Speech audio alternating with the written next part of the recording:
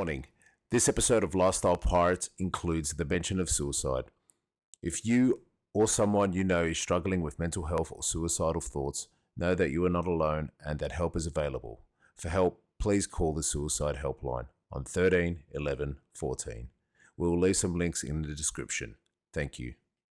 Good afternoon, good evening, good morning, and welcome to this episode of Lifestyle Pirates, episode number 70, with a good friend, fellow Pom. We are not in creative because we're wearing all black tonight, but Ross Hanrahan from the Pommy Podcast. He's also a mortgage broker. He's been in the fitness industry and also the Royal Marines. So we have one hell of an episode for you. So tune in, stick around. Don't forget to check us out on YouTube. And it is very, very good to be back. I'm Big J, and this guy is Adriano. Oh, hello. Thought you were going to forget my intro then. I was like, far out, when do I get to say hello? Well, it's been a couple of months, mate. Yeah, I can tell, mate. You've been away. Yeah. Bit of Italy. How was it? Yeah, it was very boppity-bop. I enjoyed myself. The south of Italy is always a great place. Maranello was great. Got to drive the new range for Ferrari, the new Puro Sangue. Oh, nice. Which was a very nice car. Smashed it through the back roads of Italy up north. And then went down south to Sicily and did fuck all for 3 weeks. Nice. Just spent it on the beach, drinking and consuming. It was good. Italy does look good on you, mate. Is that why you're wearing black? Yeah, It definitely. is slimming. I'm kind of a little bit Nice, older. We're We're all wearing black for a reason. Yeah. It's DJ wardrobe. I only wear black. Techno noir, mate. Mate, you are newly a father for the second time. Second time, Mate, yeah. how is the Congratulations. second edition going? Congratulations. Yes, thank you very much. Yeah, it's good. Well, bit of lack of sleep, but no, she's a good baby. So we're very, very lucky. She's healthy, happy when she's fed, and I'm getting a good 5 or 6 hours sleep a night. So we're not too bad. Hopefully, I'll get 7 or 8 soon. Yeah. How old? She's 5.5 months. Yeah. I've got a 3-year-old as well, so it is a bit carnage at home. You're surrounded by women at your place. Yeah, we are. Yeah. What's the difference between the two from when they were born? So 2 years and 9 months. No, from when they were born. So up to 5 months, has there been a massive difference in child behaviour between the two? No, I would say they're actually very similar. The only thing is we're moving her into her own room as of 2 weeks' time. I'm counting down the days. My missus is dreading it. Yeah. But yeah, I'm looking forward to her. Basically, the problem is you jump into your own bed and you can't make a noise, right? So you can't squeak or do anything. But yeah, a couple of weeks she'll be in her own room, and then we can hopefully sort the sleep out. Yeah, and you can get all the squeaking happening. We can let the squeaking go. Nice. That's what was the problem with the second one in the first place. Yeah, that was it. Mate, so look, welcome to the show. You very kindly had me on your podcast called the Pommy Podcast. Just for a disclaimer, you don't need to be a Pom to be on Ross's podcast. I'm the Pom on the podcast. You are the Pom on the podcast. But I guess, mate, take us back.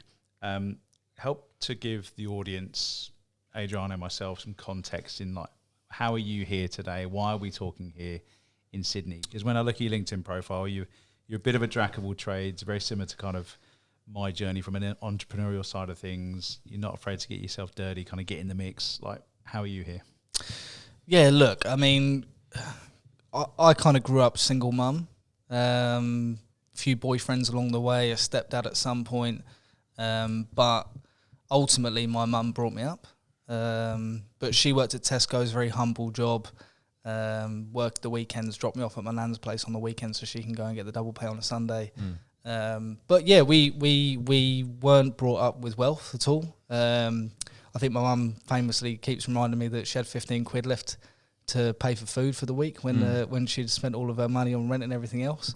But look, I never went without, so it wasn't like I had a bad upbringing. It was absolutely fine. But I was well aware that my mum didn't have any money. So look, I always kind of had this thing about me where I thought, right, I haven't really got anyone else to help me out here, so I'm going to have to, if I want to do something, I'm going to have to do it myself. Because you're only child, yeah? Only child, small family. My dad's side is a big Irish family, but we stopped talking when I was about 12, 13 years old. And my mum's side was my uncle who lived up in Yorkshire, about 300 miles away from us, and just my nan. So really, like small families, just me, my mum. That was it. I wasn't spoiled. Wasn't that single, the only child that was spoiled. The silver spoon. Yeah, I didn't get a silver spoon. Spent a lot of time with my mum and my nan, and so I kind of was brought up well aware that we didn't have a lot, which made me want to have a lot. Because I was sick of seeing the kids turning up in the BMWs and the nice stuff, and the brand new shoes on at school, and even though we had uniform, you could tell the kids that had the brand new pencil cases and the nice lunchbox and all that type of thing. And I was always well aware of that. So that kind of triggered something in me to I sort of sat there and said to myself, well, I've got to make some cash somehow. And that's where my sort of entrepreneurial brain came in, because eBay had just kicked in then. So we had the internet, eBay had just launched, and I was like flipping anything that I could on eBay. Yeah. I famously... the golden era. I famously went to my mate's dad's house once, and he had this old Audi A6 sat in the grass, and it had been there for about a year. The grass was going through the wheels, the brakes were seized on it, and I just kind of said to him, I said, look, how much for the car? And he said, well, 300 quid if you can get it home, if you can get the brakes unlocked and stuff. Yeah. And I said, look, I've got 150 quid. Like, I'll give you 150 quid for it. He sat there and he thought on it. I get a call the next day. He said, 150 quid, you can have it. He said, as long as you look after it, though. I said, yeah, I'll look after it. So I rolled it down the road with my mate, about 500 metres down the road. It took us ages to get that car back to my house. And I put it into the driveway at home. My mum's like, what the fuck are you doing? I was like, I've just bought an Audi A6. She's like, you haven't even passed your driving licence yet. I figured that when you said I rolled it down the road. Rolled it down the road, yeah. So I cleaned it, stuck it on piston heads. If you're in the UK, you'll know what piston heads was, but like a cheap version of Auto Trader. Yeah. And this Indian fella come up from London and bought it a week later for £600 for spares and repairs. Happy days. So I was always doing stuff like that. Yeah. Like anything that was like at home, mum was going to throw it out. I was like, someone's going to buy that on eBay. Yeah. I'd sell a bike with no tyres on it. Do you know what I mean? Like anything to make a few quid. So that's kind of what I was like, sort of growing up. Proper hustler. I got a few things I need to get rid of here, so I might give them to you. You can stick them. I still do it now. My missus, she laughs. When we went through the COVID pandemic, there was these notify groups, where all the bots came out and stuff. Yeah.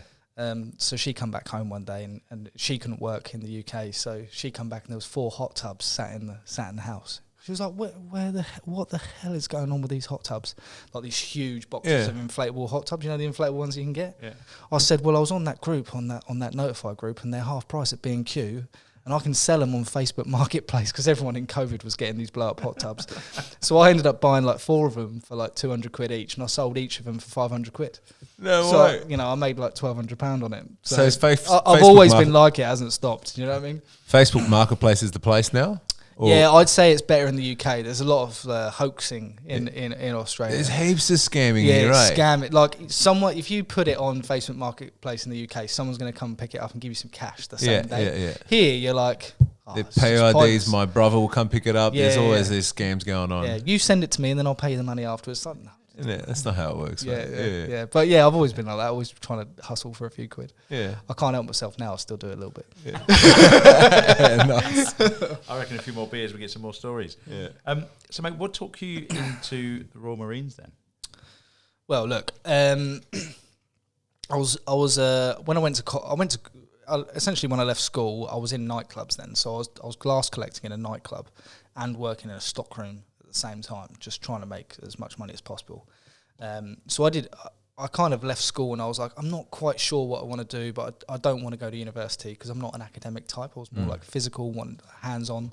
Also, I didn't really want to do a trade like as such, like becoming an electrician or a bricklayer or a carpenter. It didn't really appeal to me at the time. I mean, I should have seen what they make in Australia per day. I would have changed my mind and done it. But for me, it was like in the UK, it's wet and it's cold, and I didn't really fancy a trade. So I was looking into any government sector job, whether it was the police or the fire service or the army or the Royal Air Force or whatever it was. That's kind of where I wanted to go. And the college in Cambridge down the road, they basically had this. These ex-army PTIs were running this. Physical training instructors were running this course called Uniform Services. Most people that joined the course were doing it for a DOS because you got paid to go. Your course was paid for, right? For college from 16 to 18, you could go and do any course that you wanted. So most of the people there were doing it for a DOS. What's a DOS? As in, they were just doing it for a couple of years. You know, they weren't really. They weren't doing it with the aspiration of doing anything with the qualifications. Oh, okay. It's like what a lot of people do now, going to uni. Yeah, You know, they go and do an art degree or they go and do something else. So they're not really job focused at the end of it. They're just doing it for the experience. Yeah. Really nice, by the way. For once, we've had you asking a question about some language barriers. Yeah, well, I was thinking disk operating system when he said DOS. I'm like, I don't think he's talking about computers. No. Yeah. So look, I joined, but I was one of 2 lads on that entire course. There's about 60 of us that joined the course that actually wanted to join the military. So I ultimately wanted to join the Royal Air Force, and the job that I wanted to do was to be a search and rescue winchman. So the guy that got anchored down from a helicopter to pick people up off the side of mountains and rescue missions and stuff like that. Why was that? It was the highest paid job.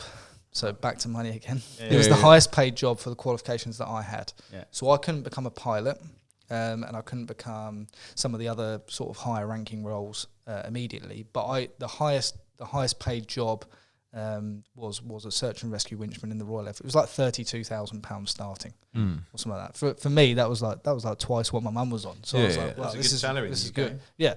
So anyway, long story short, it's 2009, GC. And I walk into the careers office on my final interview to, you know, sort of go for this pre-RAF test. And the guy says, Ross, do you not get our voicemail? You know, you get the old Nokias back then with the orange screen or whatever. And sometimes the voicemails would pop up all of a sudden, you know, like 3 hours later. All the text messages and the voicemail, you just get an abundance of these messages. So I hadn't received this message, turned up at the careers office in my 3-piece suit, ready for my final interview. Love a KFC. Yeah, and he basically he said, Ross, you've been put on a 5-year waiting list. I was like, 5 years? What the fuck am I going to do for 5 years?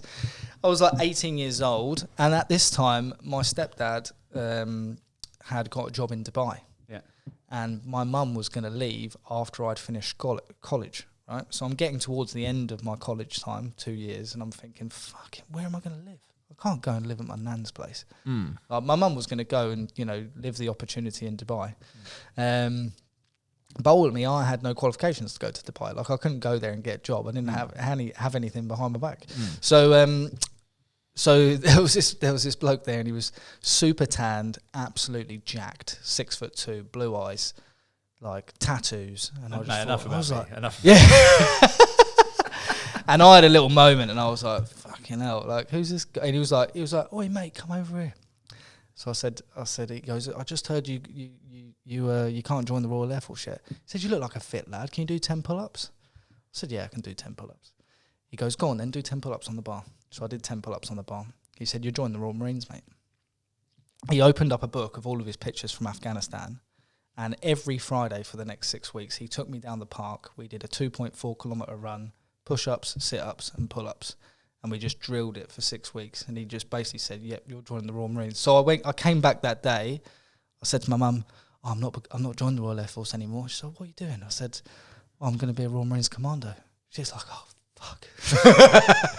So outside the office for the Royal Air Force, the Royal Marines, just waiting to see some jacked bloke just walking out and go, hey, you come here, do 10 pull-ups. Yeah, well, it was a bit of luck, actually, really, because it's a weird recruitment strategy, but I love it. He was only there because he'd broken his ankle playing football. Yeah. Normally, the Marines don't sit in careers office, you know, but the Royal Air Force and the Navy had the same office in Cambridge, and the Army office was two streets down the road. So he just happened to be there. Right time, right place, caught me at the right moment and was like, yeah, you're joining. That's fucking sick. That's fate. Yeah. So 6 weeks later, he drove me down to Exeter, to Lympstone, the Commando Training Centre, and you basically do like a 4-day pre-Royal Marines course. This is where they get rid of all the crap. So all the people that have applied for the job, the careers officers from all over the country, they go and do this 4-day course. So basically, they don't want to invest money for you to start training unless they know that you've actually got a bit in you to actually physically start the role. Yeah. So yeah, it's fair enough. So we went down there, and like they get rid of about 60% of the lads on the pre-Royal Marines course. Far out. So you go down there 4 days, you're in a 3-piece suit the whole time, you're running everywhere. Because they make you run at every single point. Everything's at 100 miles an hour. They're trying to scare you, intimidate you, and you have to do a series of tests while you're there. You have to do bleep tests, 1.5 mile runs. You have to do the endurance course. You have to go on the bottom field and do. It's like they call it a beasting. So you don't know how long the session's going to last, but they just keep going until they've got rid of about 10 guys. Yeah. And at the end of it, you don't know whether you passed or you failed. So a lot of these guys are broken. They've been kicked off the course already. You just feel fucked, you know. Yeah, you're just fucked, and you have no idea whether you've passed it or not. So yeah, I basically come back and I didn't get a certificate, and I was like, what the hell has happened? Have I not passed? Mark was like, you must have passed. Mark was the guy from the careers office. He said, you must have passed. You smashed it. And basically, the top recruit got a special certificate with like a yellow around the edge of it, or like it was like gold, but they didn't spend money on gold. They gave you like a yellow ribbon around the edge, highlighter. Right? Yeah, with a highlighter, right?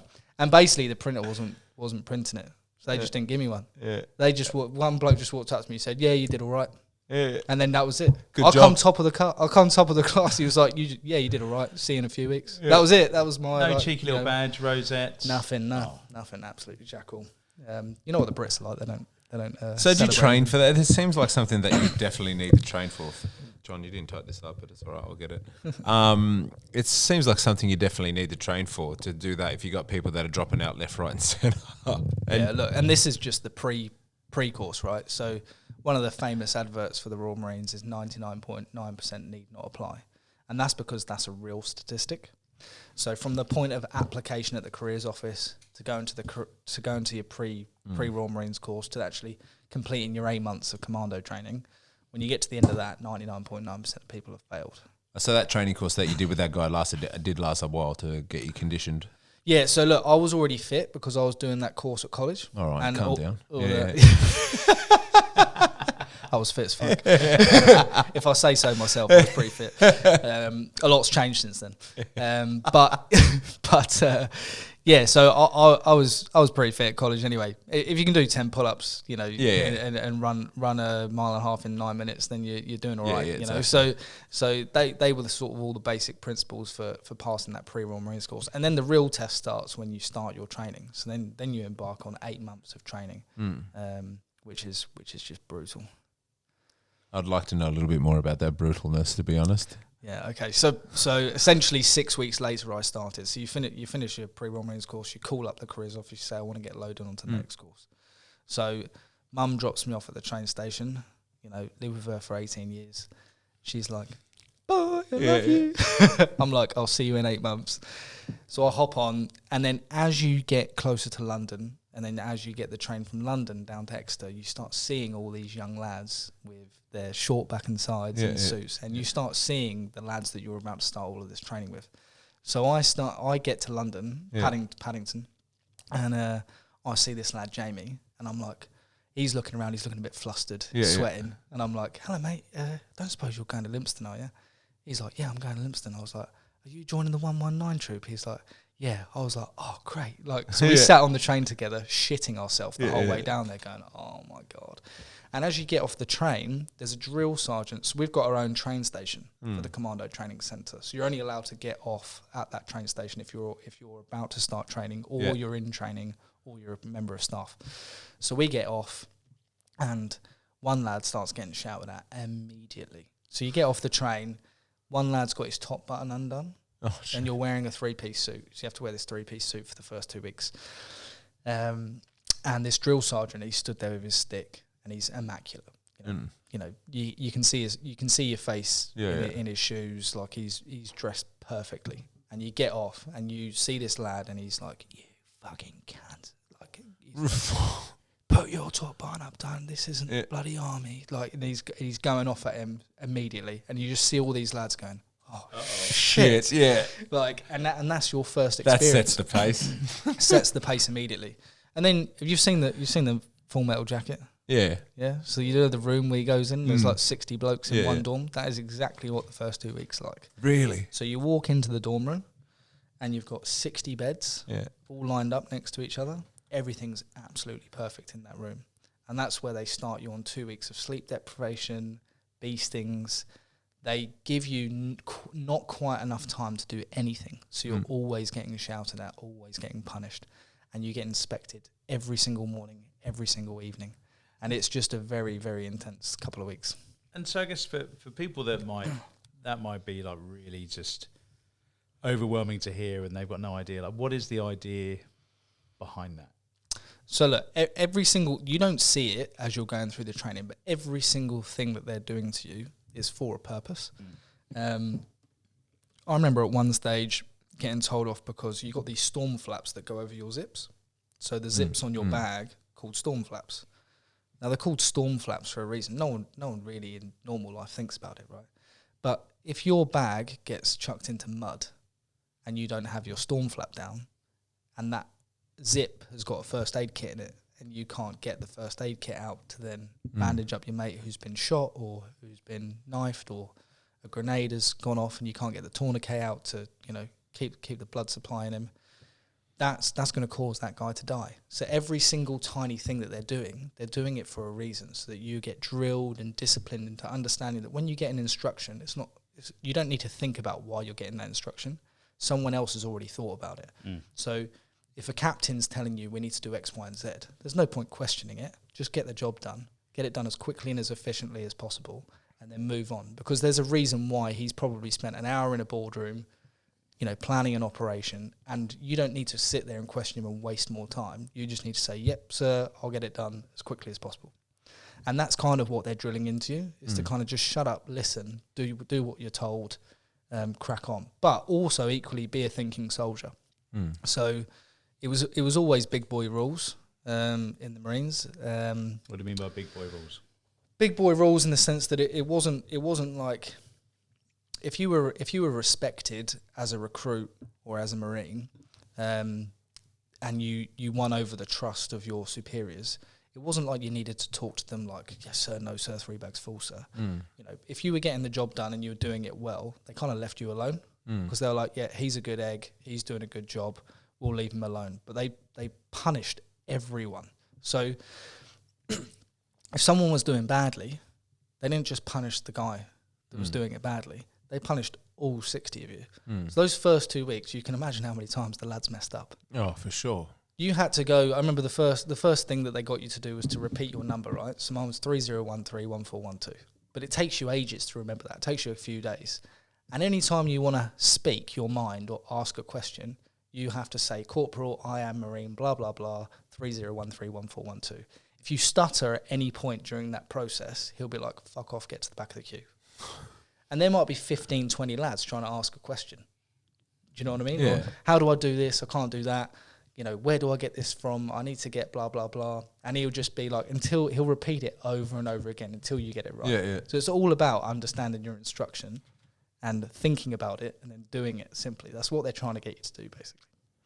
Fuck, there's clearly no HR at these places, eh? There's absolutely no HR. Fuck, I was just thinking, mate, there's so many lessons I can't use any of these. I know. And look, on the first day, they taught you absolutely everything. And I mean, things that you, like most people will know, they're building you from the ground up. So on the first day, a guy goes and gets in the shower, takes all of his clothes off, shows you how to wash.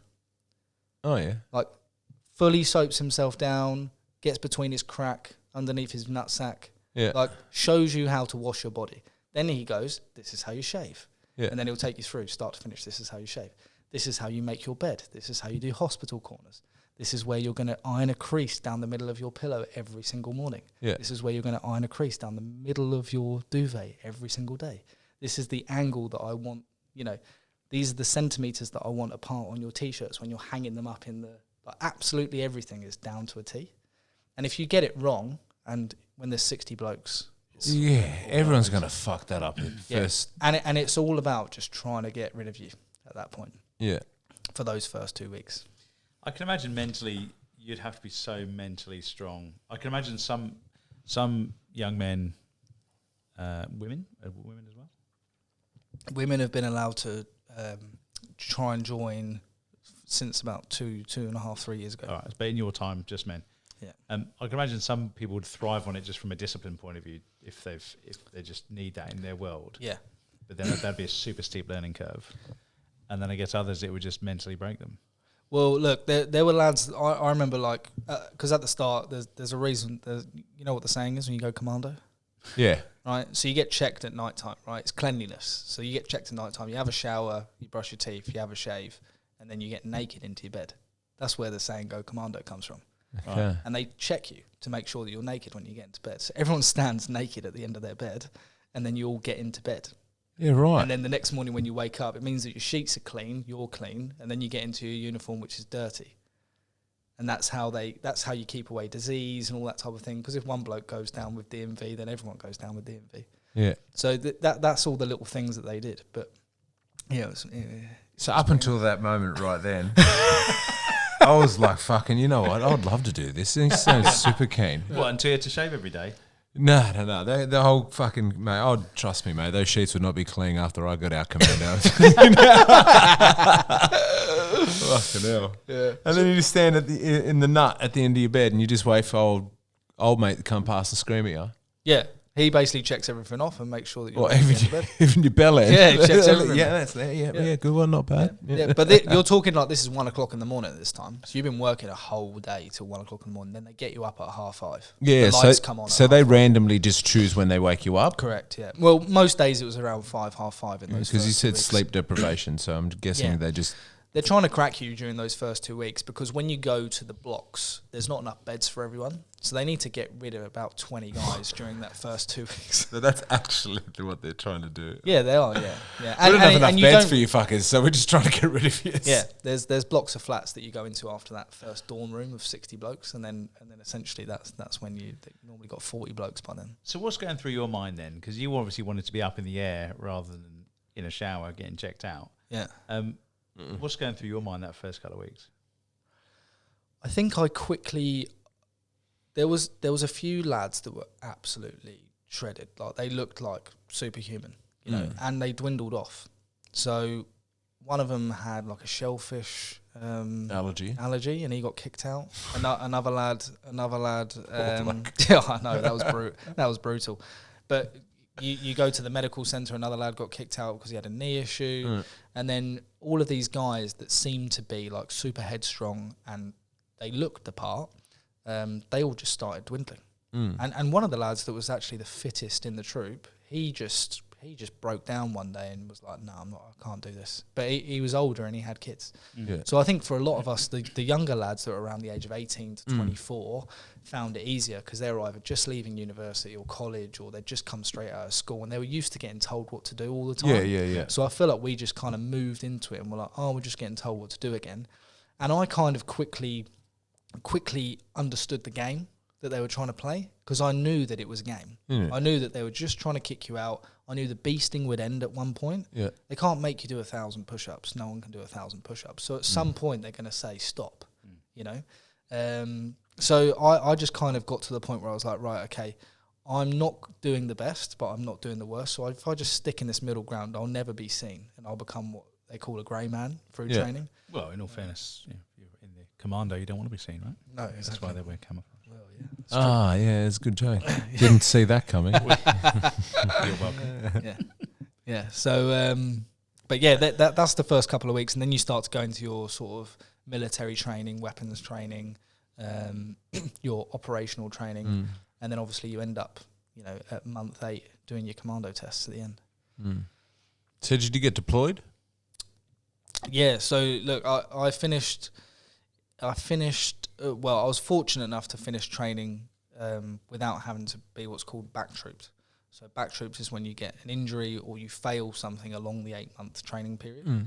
I managed to get through first time. So 60 of us that started, there was 16 of us at the end.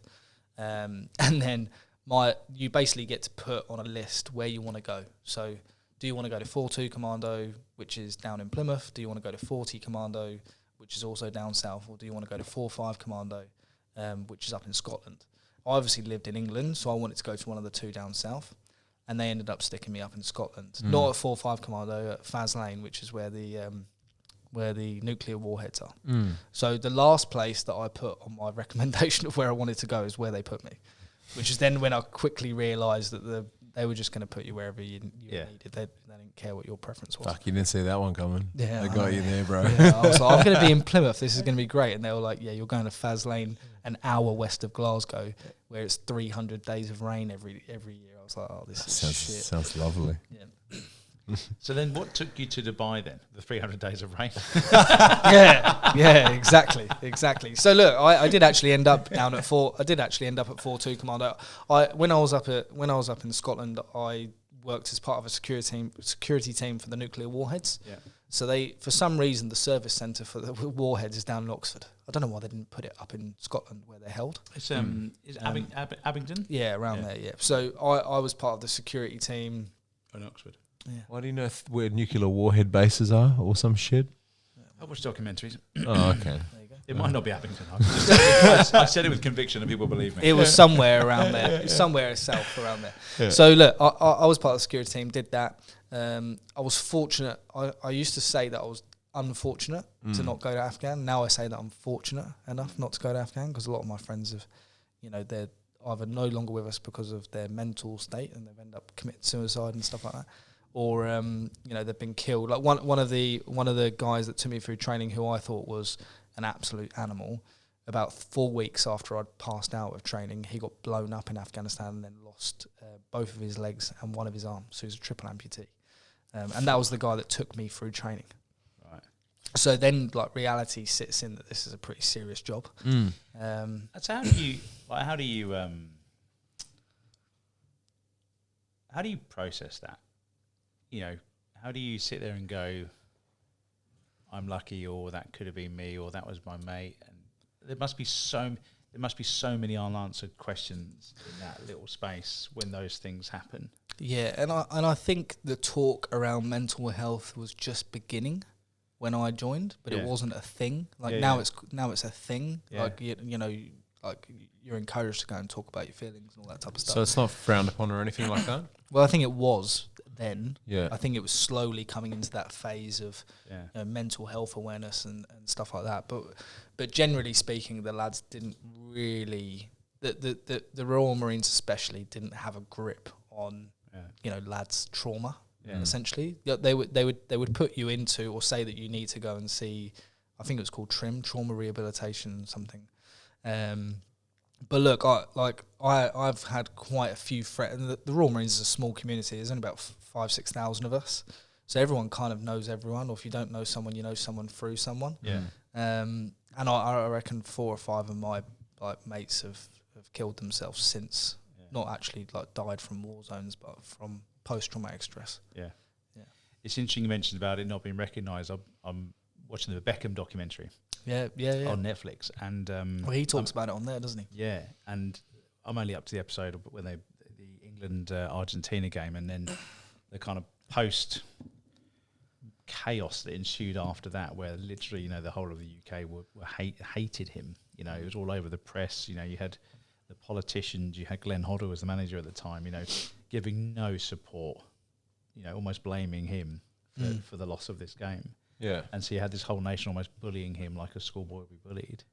And again, he just never kind of talked about it. And to your point about it not being recognised then, again, that space just wasn't a thing then. Yeah. How do you go through that? Look, I think he was 23, so not probably dissimilar age to you guys at the time. Yeah, it's difficult at that high level. They used to say to us, you're some of the fittest men on the planet. And I think the problem was we were all such alpha males. Yeah. And there are no women on camp. It is all men. So some of the stuff that used to go on behind closed doors was just, it's not fit for society. Some of the stuff that went on is just, it's nuts. Lads would be getting into punch-ups with each other, getting drunk until 6 o'clock in the morning, rolling in, getting into their, uniform and turning up on parade, pissed out their heads.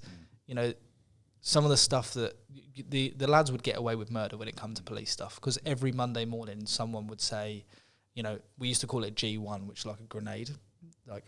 Has anyone had a G1 hazard? And there'd be maybe 30 guys in your troop. Yeah.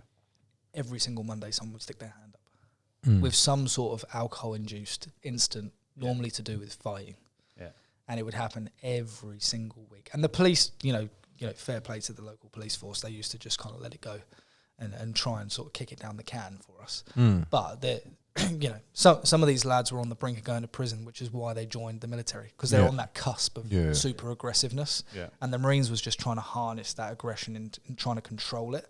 But you go out in somewhere like Plymouth or Glasgow, And if you've got heavy student towns there, they tend to be more sort of left wing in their thoughts, and then military guys tend to be more right wing in their thoughts. And there's clashes and there's problems all the time. So look, there was a lot of mental health issues, and even one of my close friends, Waz, he had a big issue where he went to Afghanistan when he was about 18 years old. Fuck. He ended up killing some children while he was there. And it wasn't one of those situations where he could avoid it, because they had weapons and they were going to blow them up. So he ended up killing these children, and he never really talked about it to us, but he was a big joker. And he would always get too drunk on the weekend and always joke around too much and always end up in a police cell or something on the weekend. But it was never really brought up. Like no one from senior ever said, we need to sit this lad down and get him some therapy. You know what I mean? Like no one ever did that. They just disciplined him. He got put into Colchester prison for about 4 months once for ripping out all the electrics at 4-5 Commando, because he was getting annoyed with the fire alarms going off all the time and just ripped out £10,000 worth of electrics. But threw a TV out of a window. It was just that type. But he was a grenade, what we call a grenade. But essentially what happened was the Marines have a zero tolerance on drugs. So if you do drugs and you get tested, because they used to do 3 random tests a year, if you get tested positive for any drug, you get kicked out the next day. Yeah. No one checks your mental state. No one tries to see how you are. Nothing. So he was sick of the Marines. Essentially went out on the weekend, did some cocaine, came in on the Monday, told the sergeant major that he'd done cocaine because he wanted to leave. They kicked him out with a disciplinary. 6 months later, he hung himself in a bathtub. Oh, for fuck's sake. But at some point, someone should have figured out that he had an issue. And instead of kicking him out, they should have protected him and tried to figure it out. But when he went to the sergeant that morning, that was a cry for help. It was. It was absolutely a cry for help.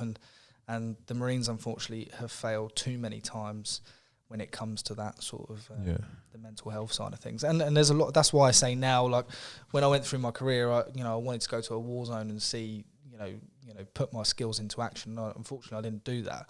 But now I say fortunately, because nearly every single person that I know that's been has some sort of screw loose when it comes to being back into normal society. I couldn't imagine being 18, being put on a front line, and then having to be given that choice of you need to kill children or you're going to die or something like that. That is... Yeah, it's horrific. It's absolutely horrific. One, your brain's not completely developed by then as well, so you don't have rational thought. You've just looking at this situation, it's like, well, it's either them or me, so I'm going to take them, and then to come back from that is just... how do you come back from that at all? Yeah, I can probably start to understand your disappointment in not being deployed, but obviously now you appreciate that you weren't. But I guess it's like anything. If you're a race car driver, if you're driver number 3, you're trained just as well as number 1 and 2. Talking about Danny Rick now. We can go there, but and so there's a disappointment when you can't race, but you still got the ability. You're still kind of geared up and wind. Whether you're sitting on the bench on a rugby game or football game, whatever, you've still trained as well as everybody else. You've just not used it yet. Obviously, this is very different, but effectively, what you're talking about, you're still training for a purpose, for a cause, for something conflict. But you didn't use it, but now you kind of reflect and go, Jesus, isn't that good? Yeah. Well, you have used it, haven't you? Everything that you learned from that time, that experience, that sort of conditioning, it sort of crafted who you are. Yeah, it was 100% one of the best things I've ever done. 100%. And look, I didn't go to war zones, but I've been to places like Somalia on drug trafficking and humanitarian relief, and I've done training packages with the US Marine Corps and been to Norway and places like that. So I did a lot of cool stuff, and I got to do it all.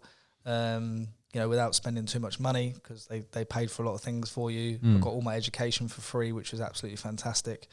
So yeah, look, the only reason really why I left was there was a bottlenecking situation in the Marines because wars had ended. So you'd just gone through Northern Ireland, Iraq, Afghanistan, and we were going through this cycle of kind of like doing a few operations here, but really light stuff, not really getting stuck in and involved with any sort of conflict.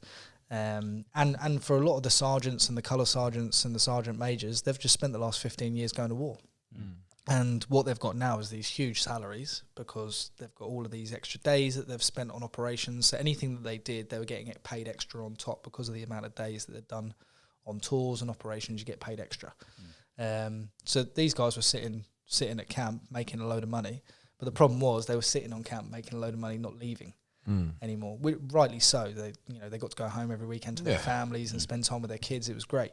But for us, like the youngsters, we were kind of, I wanted to become a corporal and a sergeant and a colour sergeant and rank up and get paid more money and, still do the job that I love. But unfortunately, it was just I got to kind of year 5 and I wasn't going anywhere with my career. And I actually went and spoke to the sergeant major and he said, to be honest, mate, you're probably going to make the right decision leaving because there's not going to be a lot going on for the next few years. So I kind of gave him my plan, put my notice in. You've got to give a year's notice to leave. For the Royal Marines because it takes a year to train someone to replace you.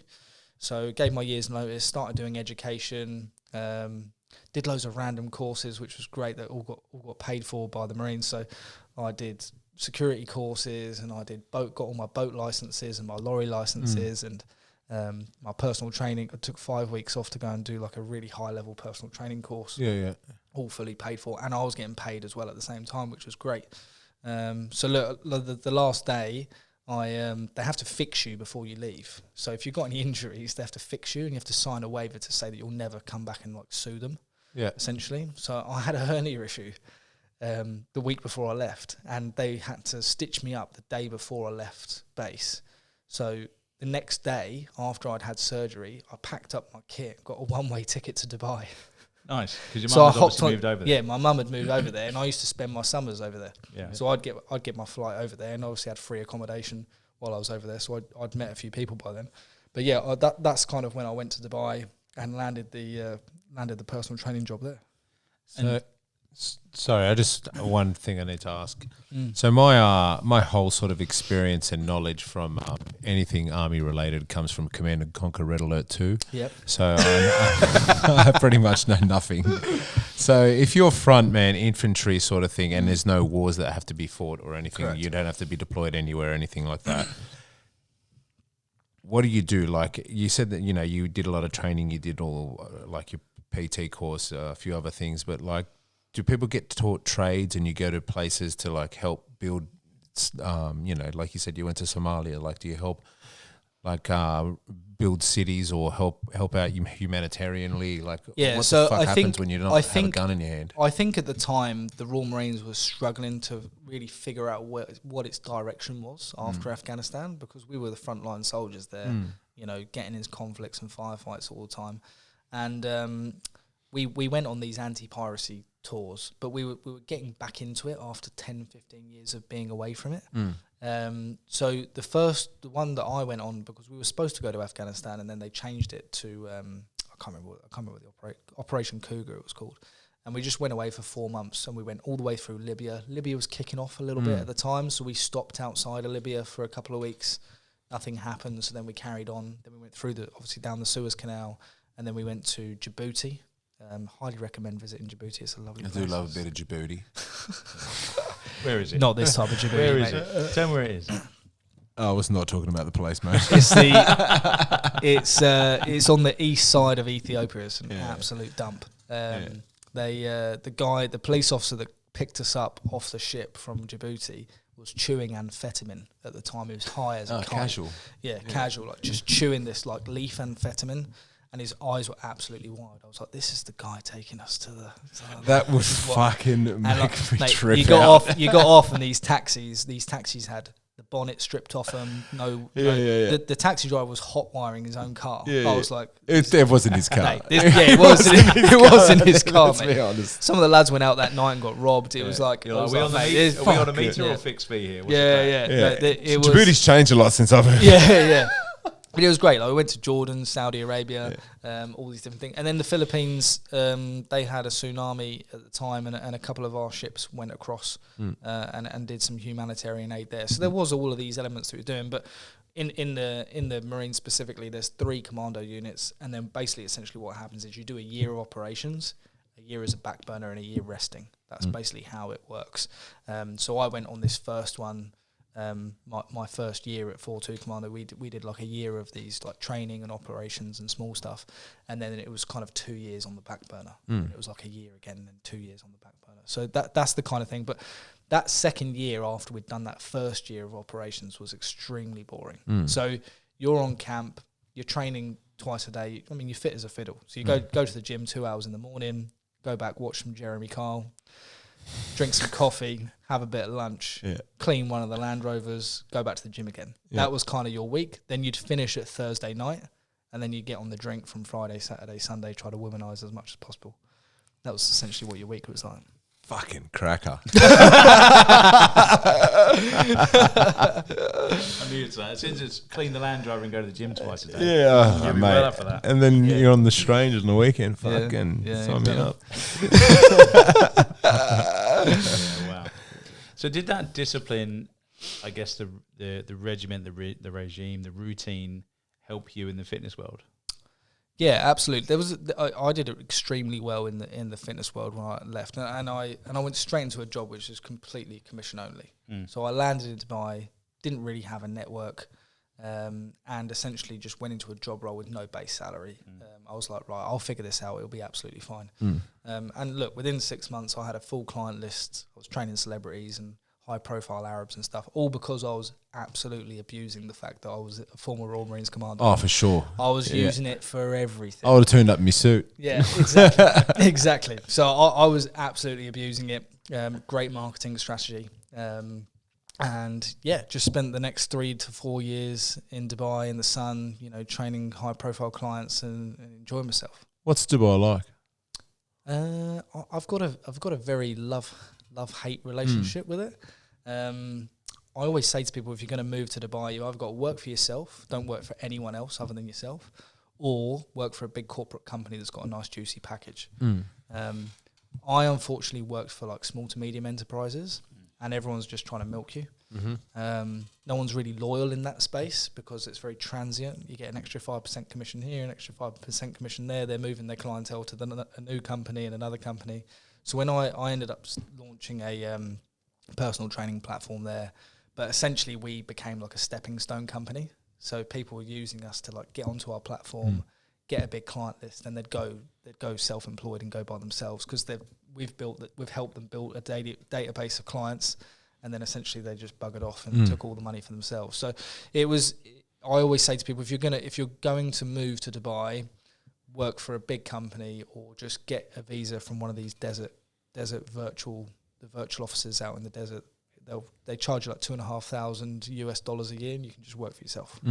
They're the two options really, because those small spaces where you've got startup companies and stuff, everyone's ripping each other off, and it's just a bit of a dirty space. So how long were you there for? I was in Dubai for 4 years. How much change did you see in 4 years? Oh, big change. Like even when I stop back off now halfway, if I get an Emirates flight back to the UK, and I sometimes stop there on a layover for like 3 days, it's moving so quickly. But it was a great experience, like super cool, loved it there. But ultimately, Dubai is a very small city. So you think about the population of Dubai, 80% of the country is blue collar staff. So like Indians, Filipinos, etc., that are all working the jobs like waitress, construction, hospitality, and then you've got 5% that are the Emiratis, the locals, the Arabs, and then you've got the rest, sort of 15%, which are Westerners. We're the ones spending all the money there, keeping the place afloat. But look, it's a difficult place to get a friend group and to settle down. Is that because everyone's so transient? It's very transient. It's not the kind of deep connection, it's more lifestyle connection. Yeah, exactly. Like people are getting contracts there for a year or 2 years, or they're they might be working for a big corporate in London that have got an office over there, so they get transferred for a few years, then come back again. So your friend group is constantly changing. So it's quite hard to find like a core group that are also down to earth. Yeah. Because everyone's sizing each other up in Dubai. The first thing they do is they go, "What'd you do?" Immediately. What'd you do? Yeah. What's your name? What'd you do?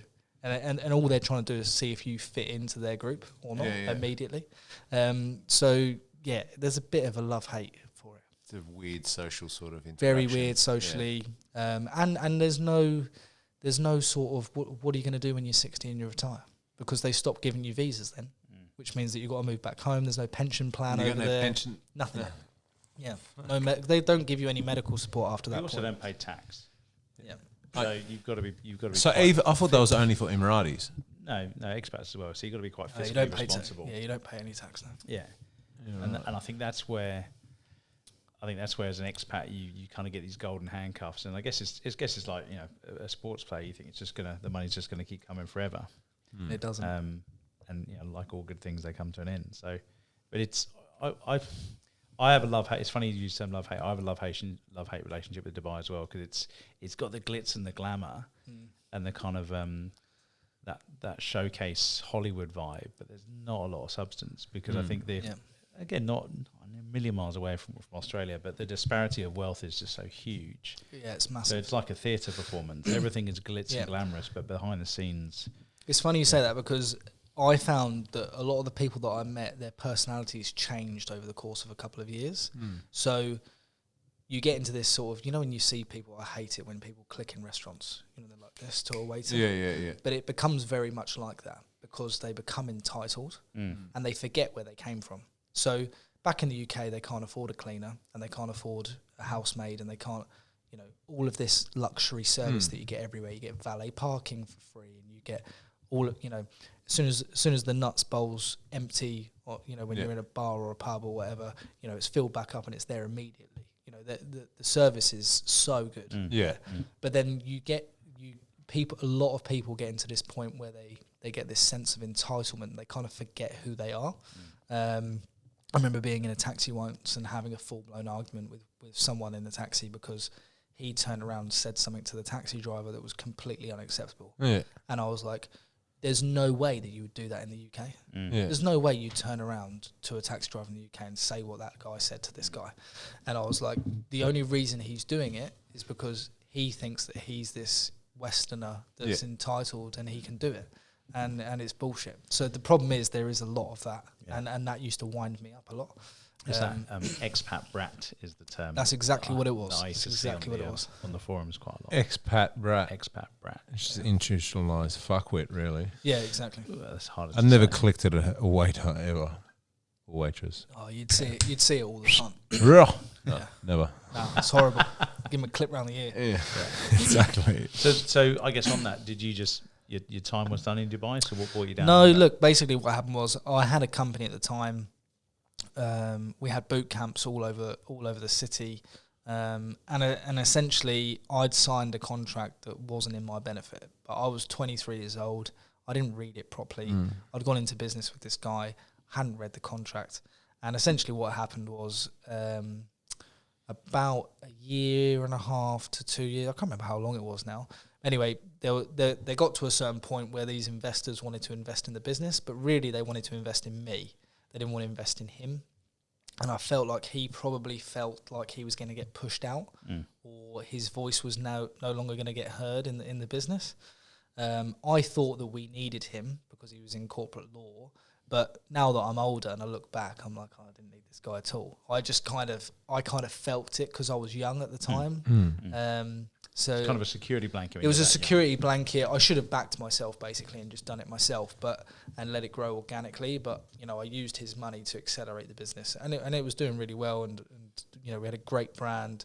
We were sponsored by New Balance, and we had contracts with HSBC for all of their corporate wellness, and we had all these gyms that we were about to start running at hotels and stuff like that. So it was doing really, really well.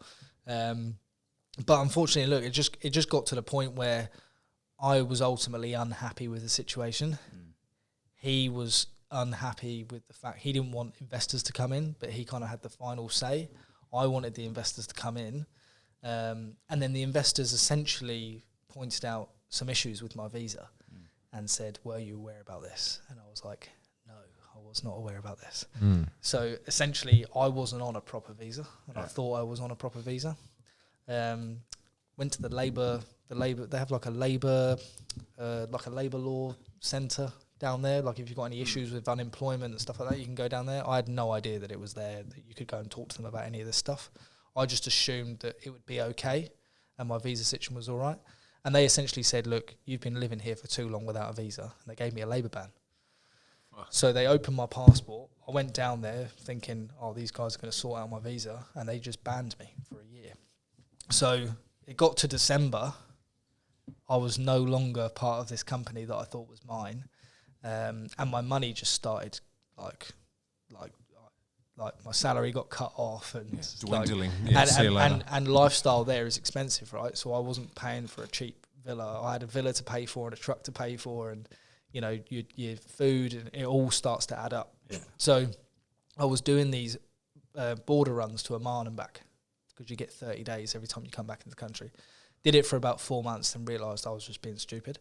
I had my head buried under the sand because I thought that I could get myself out of this situation, and it was just impossible. I just basically needed to give up and go home. So, look, I ended up calling my mum one day. I had some rice and some beans left in the cupboard, and I was like, this is stupid. Like, what are you doing? Yeah. Like, I just thought I could get back to where I was before. Because it was doing so well, I think I was just in denial that my situation had changed rapidly over the course of a couple of months. So look, I ended up leaving Dubai about £6,000 in debt because I just couldn't keep up with my rental payments and stuff like that. And I'd loaded my credit card up to the max. I called my mum one day, I burst into tears, and I was like, oh, I need to come home. But at the time, I'd rescued a dog. So I'd rescued dogs get like left in Dubai all the time. And I'd rescued this husky. He was about 9 months old. I rescued this husky. And I was like, it was me, one suitcase and a dog. Right? And I was thinking... That was like a cartoon. Yeah. So and he was one of the... Well, I've still got him now. He's in Sydney. But he's been all over the place, that dog. But he essentially kept me like sane during that time. Like I got home and I was like, you know, at least I got the dog. Do you know what I mean? Like, I have no money in the bank and my business has just collapsed overnight, and I've been given this labour ban, which I did not see coming at all. And the only thing that was keeping me sane at night was the dog. But you couldn't take the dog straight back to the UK because there was all these fees to pay, and I was skint. I didn't know what to do. My mum had lent me like £1,000 to get back. But if you flew into Amsterdam, because we were still in the EU, they had different laws. So I could fly the dog into Amsterdam and then get the ferry across from Amsterdam to the UK with no issues. Oh. So I got a normal 600 quid flight with KLM with the dog on the same flight, got off at Amsterdam airport, went down to Hook of Holland, got the ferry across with the dog and one suitcase. My mum picked me up at the other end. Brilliant. Yeah. Love it. It's funny how that can happen. I know. Yeah. And then years later, we're sitting here in Sydney. Yeah, crazy. So when did you get off the boat to come here? Yeah, look, so I got back to the UK, wanted to prove to everyone that I could get back on my feet again. I built 3 gyms in 3 years in the UK, and I thought that was going to be my lifestyle. I thought I'm going to build, like, the goal was to get to like 10 gyms, franchise from there. So I got 3 gyms, 3 years, sort of reset myself up again, save money, open the first gym. A year later, open the second gym. Third year, open the third gym. Back to myself this time. Didn't take on any investors or anything like that. Just had a business partner involved. I met my missus in Dubai, and she's Australian. So she come over to the UK, and at the time it was just before the COVID pandemic. So she come over to the UK, and I'm like, babe, we're gonna go and see Europe. We'll go and visit all these countries, right? She leaves the northern beaches to come to Newmarket, Suffolk. Like, if you don't know what the UK is like, going from the northern beaches to Newmarket, Suffolk is not your idea of a good transition. Yeah. I actually spoke to, because it's a very different situation going from Australia to the UK rather than people coming in from the EU. So there was loads of paperwork and red tape that I had to get through to get her a visa. And I remember calling up, you had to call up the local council to come and inspect your house to make sure that you weren't, like, overcrowding the house, basically. Oh, really? And there'd never been phoned for an Australian coming to Newmarket. She was like, I've never heard of this. I was like, yeah, because no one from Australia wants to come to Newmarket on a You're selling it, mate. Career first. So anyway, she gets chucked in the deep end because I'm like, I want to set up all these gyms and blah, blah, and we're going to travel Europe. And she saw it as like a new adventure. Like, we're going to travel Europe and, you know, I was selling that every other month we'd be going to Spain or Portugal for a weekend Ibiza. or whatever, Ibiza, you know, Mykonos, all those places. And then, so 9 months later, COVID happens, and we're locked in for 18 months. Worst 2 years of our life. She reminds me of it every week. Every single week she reminds me of it. You would have learned a so lot about each other. we came out of we did and we're still strong now. So 2 kids, we're good. But yeah, basically it got out of the COVID pandemic, and you know I was like, oh, you know, to get the gyms back up and running, all the rest of it. She was like, I'm done. Yeah, I want to go back tapping home. out. And then this, you know, this thing sort of dawned on me that my dream of, you know, launching all these gyms and getting myself back on my feet just wasn't going to materialise, and really the happiness of us was more important. So look, we kind of sat down. I spoke to my business partner about it. We gave ourselves 6 months to kind of plan an exit, and then she left before me on a repatriation flight, and then I kind of came a couple months afterwards, and then that's where we landed in Sydney. Yeah, wow. And so, what's keeping you busy in Sydney? Well, look, the good thing was I had a year in me. So I gave her a year when COVID hit. So I was kind of looking up because her job was face to face. She's in permanent makeup, so her job's face to face. And during the COVID pandemic, she couldn't work. They just wouldn't let her work. So I was kind of paying for everything, doing a few sneaky personal training sessions in the back door of the gym. It's supposed to be closed. Buying some Audis for $100, selling them for $600. Flipping some jacuzzis.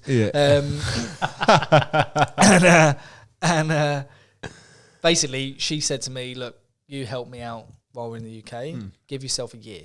Figure out what you want to do." And it was the first time since college that I'd actually had that breathing space to be able to go, what is it that I actually want to do? I didn't want to be in the fitness industry because I'd been to Sydney before and I just thought the market's absolutely saturated. I had property in the UK and I loved property. And the only reason I stopped continuing down the path of growing my property portfolio in the UK was because I moved to Dubai. So I had a couple of houses while I was in the Marines, and then I wanted to carry that on, but then the opportunity came over in Dubai, and I ended up going there. And while you're in Dubai, you know, I was fully focused on the Middle East at the time, so I wasn't really thinking about anything in the UK. But yeah, I moved here, and I was like, what do I want to do? So I kept thinking, toying with the idea of becoming a buyer's agent or getting into real estate or something along those lines. And then New Year's Eve came along and I got introduced to a guy called Hong Choi from Strategic Brokers, who I work with now, and turned up at his house in Clontarf, and I thought, what does this guy do? He's got a couple of cars out the front, a couple of motorbikes. Seems like he's got a bit of money in his pocket. Doesn't work the weekends. I was like, this suits me all right. Yeah. You know, kind of flexible hours. You can kind of, you know, you kind of... you make of it what you want. You're a contractor, which suited my sort of preference entrepreneurial side, because I just wanted to build my own business within a business, and started my training to become a mortgage broker. So I went from Marines to personal trainer to gym owner to mortgage broker. And how are you finding that? Love it. Absolutely love it. Because I love a deal. Like, I love helping people. I think that's always been the core of any job role that I've done. So I joined the Marines because I thought it's a cool job. It's going to get me a few girls. I'm a Royal Marines commando. It's going to get me a few girls. You know, paid me a bit of money, and I can invest in property at the same time. And then I went and did personal training because I thought, oh great, this is good. You know, I can start my own business as a trainer, which sort of fed that entrepreneurial side of me. But I'm also helping people at the same time. And the mortgage broker side of things kind of like brought me back to the property game that I really wanted to pursue on the side of my career in the UK. But also it's helping people because essentially you're involved in wealth creation. And I've always been one of those people that believes in ownership. Like, I just think like it gives you a bit of, you know, it kind of centers you a little bit, and it gives you a bit of like stability. And you know, Australia property is like a sport, isn't it? Yeah, big time. It's absolutely crazy. I thought the UK property market was hot, but the Australian property market's just nuts. And I'm really happy that I got involved with it. You know, I got flexible working hours. You know, if my little one's sick, I can work from home. I don't have to work Saturdays and Sundays. Obviously, I take calls and stuff from time to time. But yeah, it really suits my lifestyle. I love it. Yeah. And what was the idea behind the Pommy Podcast? Because I mean, anyone can do a podcast. Not anyone can do a podcast. Like, we've been going 3 years on that. People that can talk shit can do a podcast. You got to be able to talk underwater. Yeah, not me. It's good. It's good when you got good guests. Yeah. Look, I've always wanted to start a podcast. Yeah. Always. Back in the day before there was a million podcasts, I wanted to I just really enjoy long form conversation. Yeah. I was always that guy at a barbecue after too many whiskeys talking about how did the world begin and religion and hot topics and getting into all the we would get along. We would get along at a barbecue. Getting into the nitty gritty. Yeah. I was there till 3 a.m. still sipping on the whiskey, talking about simulation theory. Yeah. Just going into what's going on in that star up there? I've just always enjoyed that long form conversation, and I hate watching the news and the TV, all this short form stuff. Garbage. Like it's just garbage. The trash you read in the newspapers, it's all clickbait. It's all crap. Podcasting, you get to the core of someone. You really get to understand. It's like when you watch the David Beckham documentary. You get this newfound love for David Beckham and Victoria because you don't really see what she's like in real life, but as it's shown in long form. You kind of go, oh yeah, I understand why someone might behave like that, or why they might react like that, or they might have that perspective. And I think that's what intrigues me the most about having a podcast and getting cool guests on, and understanding their life and all that type of thing. It's always just been one of those things that I've enjoyed. Yeah, absolutely. So, I mean, look, for us, it was a nice way to learn from different people in different walks of life. I think if you're in the finance world or the automotive world or the fitness world or whatever world you're in, you can get very pigeonholed and almost institutionalized into this is the way that things are done, this is how people get to where they get to. But there's case in point, your story, Adriano's story, my story. Everyone's got a different story, and it's just enabling people to tell that. Yeah, exactly. And that was probably the genesis behind Lifestyle Pirates in terms of the name of the show. It was everybody's going through a journey. And so if you can listen to people that are like us, you can take a little bit of gold, be the pirate, take a bit of gold in terms of how they've got there, what they've done. Maybe it helps you, maybe it doesn't. So, so that's what I think. You don't need to relate to all of it. No. You're going to listen to an hour and a half of someone having a conversation. You're going to take a piece out of it. Yeah. And you take that piece, you add it to yourself. Yeah. When you're talking about fitness before, John wasn't even listening. He just switched off. I'm at the peak of my fitness. He was still thinking about that bloke teaching me how to shower. Yeah, exactly. 2 bottles into the shower. Yeah. Well, mate, it's been a pleasure having you on the show and hearing your story. Absolutely. I almost get the feeling we could have a whiskey and carry on going, but maybe there's a chance to have another little go. We can do it again for sure. For 100%. sure. If people want to have a chat, whether it be about the Marines, fitness, make your podcast, come on the show, maybe on the brokering side to have a chat about the property side. How do people get hold of you? Yeah, look, you can follow the podcast at the Pommy Podcast, or you can follow me for business purposes at Ross the Mortgage Broker. Yeah. Or reach out at ross@strategicbroker.com.au. Beautiful. Happy to chat to anyone, and it not doesn't have to be a mortgage. If you're looking to join the military, or you got any fitness questions or anything like that, or you just need a sense of direction, I'll talk to anyone. Awesome. And you don't have to be English to have a chat with them as well. Yeah, any ethnicity, any background. Thanks for clearing that up, guys. Purple, yellow, white, brown, I don't care. Thank you very much, man. I really enjoyed that. Cheers, guys. Cheers. Hooroo.